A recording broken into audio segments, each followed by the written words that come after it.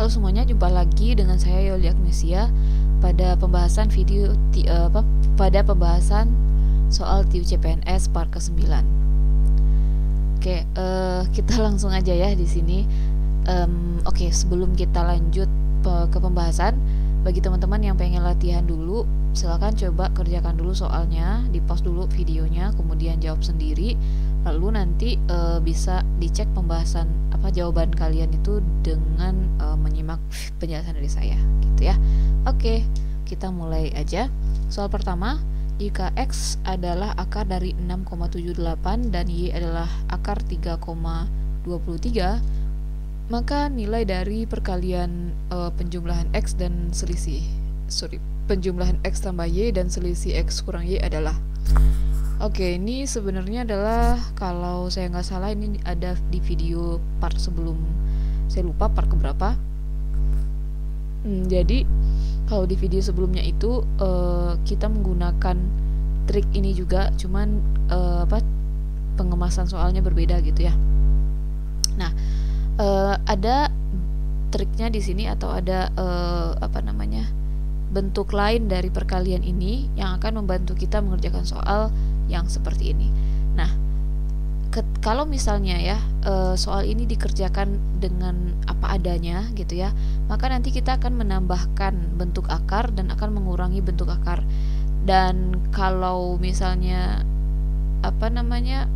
dan hal itu tidak mungkin untuk dilakukan, susah untuk dilakukan ya. Misalnya ini akar 6,78 gitu ditambah akar 3,23.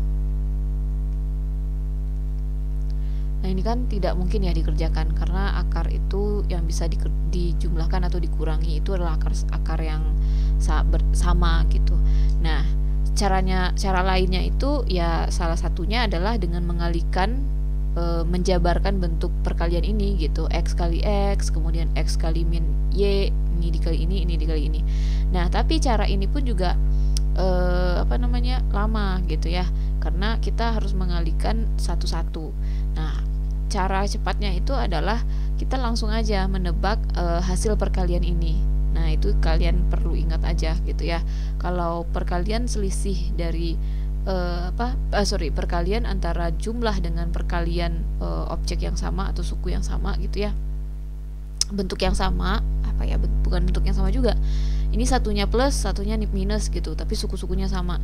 Nah, caranya bentuk ini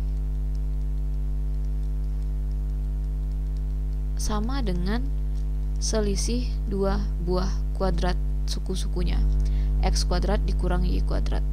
Nah, dari mana ini muncul? Nah, saya agak lama di sini supaya kalian ingat sebenarnya ya, supaya kita bisa ingat gitu.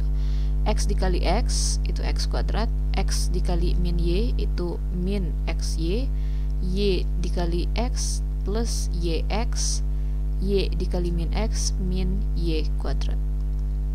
Y dikali min Y maksud saya. X kuadrat, nah min XY dan plus YX itu adalah dua hal yang sama ya. Maka ini hasilnya 0, sehingga yang tersisa adalah X kuadrat dikurang Y kuadrat. Nah, bentuk inilah yang akan kita pakai nanti kalau kita ketemu soal-soal yang membutuhkan trik ini gitu. Dia bisa dari sini ke sini, atau dari bentuk yang ini ke sini gitu, terserah mana yang dibutuhkan soal aja.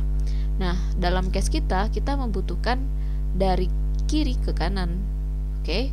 Nah, dengan demikian X tambah Y dikali X kurang Y sama dengan X kuadrat kurang Y kuadrat, di mana X kuadratnya adalah bentuk akar 6,78 dikuadratkan.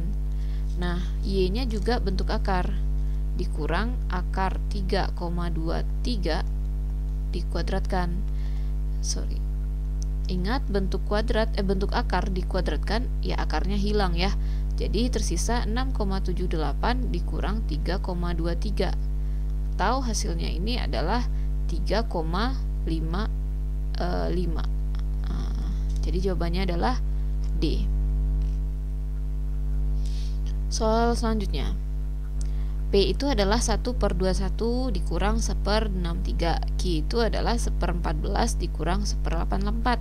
Maka berikut ini pernyataan yang benar adalah, nah, karena di sini kita mau mencari hubungan antara P dengan Q, maka kita perlu tahu dulu P itu berapa, Q itu berapa, gitu ya.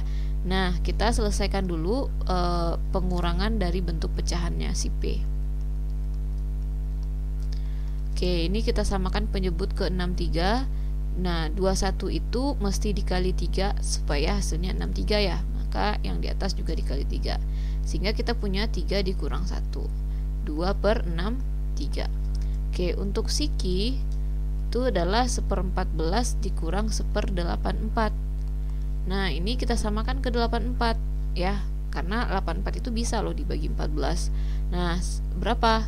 Ya, dikali 6 nih si 14 supaya hasilnya 84, berarti atasnya juga ya. Jadi di sini 6 dikurang 1 yaitu 5/84. Nah, ketika kita bertemu dua buah pecahan yang berbeda, maka ketika kita saat kita akan menentukan urutan dari pecahan tersebut, kita bisa melakukan hal ini ya. P, Q, nah P-nya 2/63, Q-nya 5/84. Ya, kalikan masing-masing penyebut itu secara silang. Nah, untuk si P nanti hasil kalikan si 2 ini dengan 84 berarti 168. Kalikan 5 ini dengan 63 berarti ini nanti adalah 315. Nah, coba perhatikan hasil kalinya ini, mana yang lebih besar, mana yang lebih kecil. Nah, itu nanti akan mewakili hubungan antara P dengan Q. Nah, dalam hal ini ternyata 168 kecil dari 315. Ya, otomatis P kurang dari Q. Jadi jawabannya B. Oke, kita ketemu deret lagi. Untuk deret ini perhatikan baik-baik masing-masing sukunya ya. 160, 11, 148, 11 lagi. Nah, ini kelihatannya loncat 2 lagi karena selisih antara suku 1 ke 3 itu bisa dia kan menurun ya ini ya. 168, 148, 160, 148, 133, 115. Nah, coba kita cek berapa selisihnya.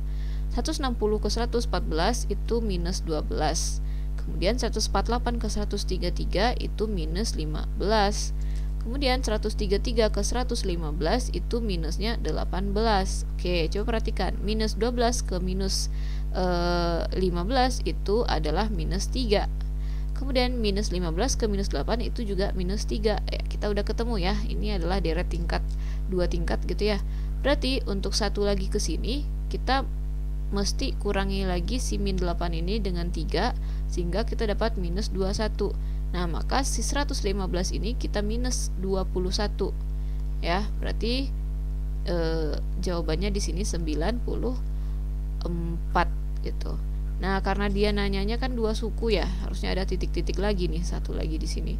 Maka kita cek lagi untuk suku selanjutnya. Sebenarnya kalau misalnya memang jawaban 94 ini hanya ada di suku pertama yang benar itu kan jawaban E ya. Ya, udah aja, berhenti aja.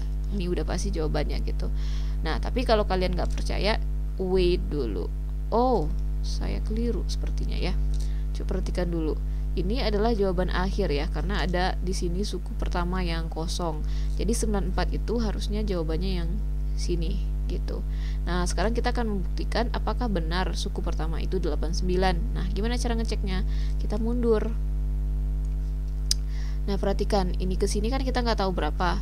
11 itu ke 116, 116 ke 134, 134 ke 155. Nah, dari 134 ke 115 itu plusnya berapa? Plusnya adalah 21. Kalau 116 ke 134 itu plusnya adalah 18. Oke, berarti dari 18 ke 21 plusnya ada 3. Otomatis ini ke sini nanti plus 3 juga kan ya? Atau ibaratnya 18 ini kita kurang 3 nih, dapatnya 15. Plus 15 itu adalah dari 11 ke si 116. Otomatis untuk dapetin dari 101 mundur ke belakang ini berapa? Jadi ini harus kita plus 3 lagi nih. atau 15 kita kurangi 3, dapatnya di sini adalah plus 12. Nah, jadi 101 ini kita kurangi 12, dapatlah hasil yang di depan. Berarti jawabannya adalah 89 ya. Jadi D. Oke, soal keempat. Suatu kelompok belajar mempunyai anggota 8 orang. Jika setiap belajar, semua anggota kelompok duduk dengan posisi melingkar, banyaknya cara untuk mengatur posisi duduk anggota kelompok tersebut adalah. Oke, kita balik lagi di sini dengan soal posisi duduk melingkar ya. Banyak cara menyusun ya, banyak cara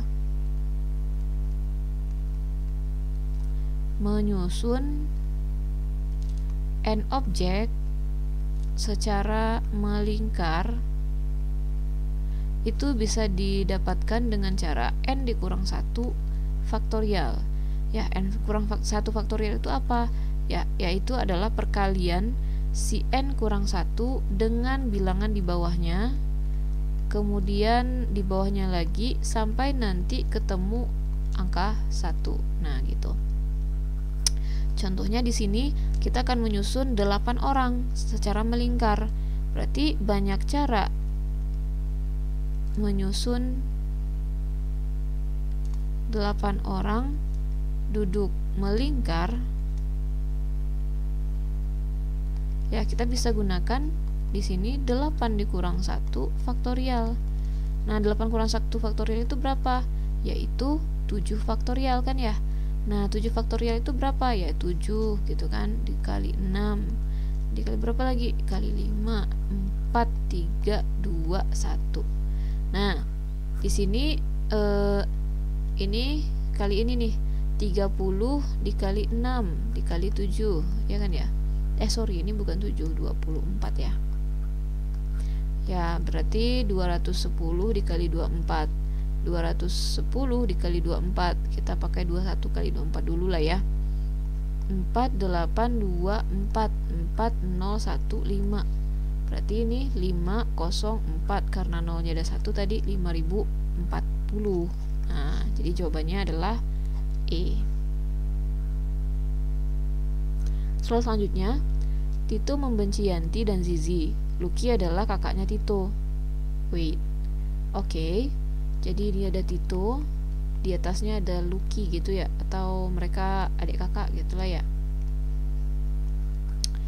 Ini Tito, ini kakaknya Lucky gitu ya. Kita bikin gini dulu. Zizi telah bersuami dan Yanti menyayangi anaknya si Zizi. Ini ada si Zizi di sini. Zizi ini punya anak. Oke, Hana adalah anaknya Zizi. Ini Hana. Si Yanti itu sayang ke sini, si Yanti. Berarti kan artinya si Zizi sama si Yanti ini ya nggak tahu, mungkin teman atau apa gitu ya. Maka kesimpulannya apa? Nah, ingat si Tito ini nggak suka sama si Zizi dan Yanti gitu. Nih, mereka berdua nih, si Titonya nggak suka.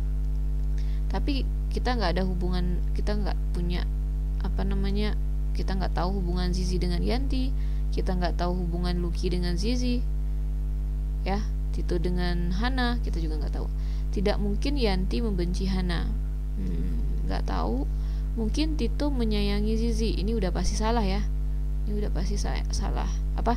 Maksudnya ini mungkin aja benar gitu. Karena dalam hal ini si Tito membenci Yanti dan Zizi gitu. Mungkin Hana menyayangi Yanti. Apa namanya ya? Kita nggak tahu. Karena Zizi adalah anaknya Zizi adalah Hana, tapi kita nggak tahu nih apakah si Hana sayang sama Zizi atau enggak gitu ya. Nggak ada pernyataan itu di sini. Tidak mungkin Tito menyayangi Hana. Ya, ini juga kita nggak tahu. Ya, bisa aja dia menyayangi Hana, ya kan ya. Walaupun dia benci Zizi, tapi bisa aja dia menyayangi Hana. Zizi tidak menyayangi Hana. Ini juga nggak ada pernyataan tentang itu. Jadi yang benar itu adalah B ya. Mungkin Tito mungkin Tito menyayangi Zizi. Oh, sorry, ini yang justru pernyataan sangat-sangat salah gitu ya. Saya pikir tadi mungkin Tito tidak menyayangi Zizi tadi. Oke, jadi yang mana ini yang benar? Tidak mungkin Yanti membenci Hana. Nah, ya ini nih, ini yang benarnya. Kenapa?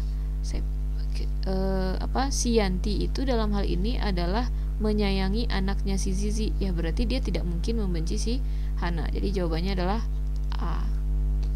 Kalau jawaban yang lain ini tidak ada informasi tentang itu. Kalau jawaban B ini udah pasti salah, ya kan? Karena berlawanan dengan pernyataan ini. Oke. Nah, kalau mungkin Hana menyayangi Yanti, ya kita nggak tahu. Karena yang kita tahu adalah yang ada di informasi Yanti yang menyayangi si Hana, gitu kan? Tidak mungkin Tito menyayangi Hana. Nah, ini juga nggak tahu. Ya, Tito itu membenci si mamanya si Hana, gitu. Zizi tidak menyayangi Hana. Nah, ini juga nggak ada informasi. Yang ada informasinya hanyalah hubungan keluarganya aja. Jadi yang pasti itu adalah, atau yang bisa kita ambil kesimpulan itu adalah tidak mungkin si Yanti membenci Hana. Kenapa? Karena pada informasi di soal Yanti itu menyayangi Hana, seperti itu. Oke, terima kasih atas perhatiannya untuk video ke-9. Sampai jumpa di video selanjutnya.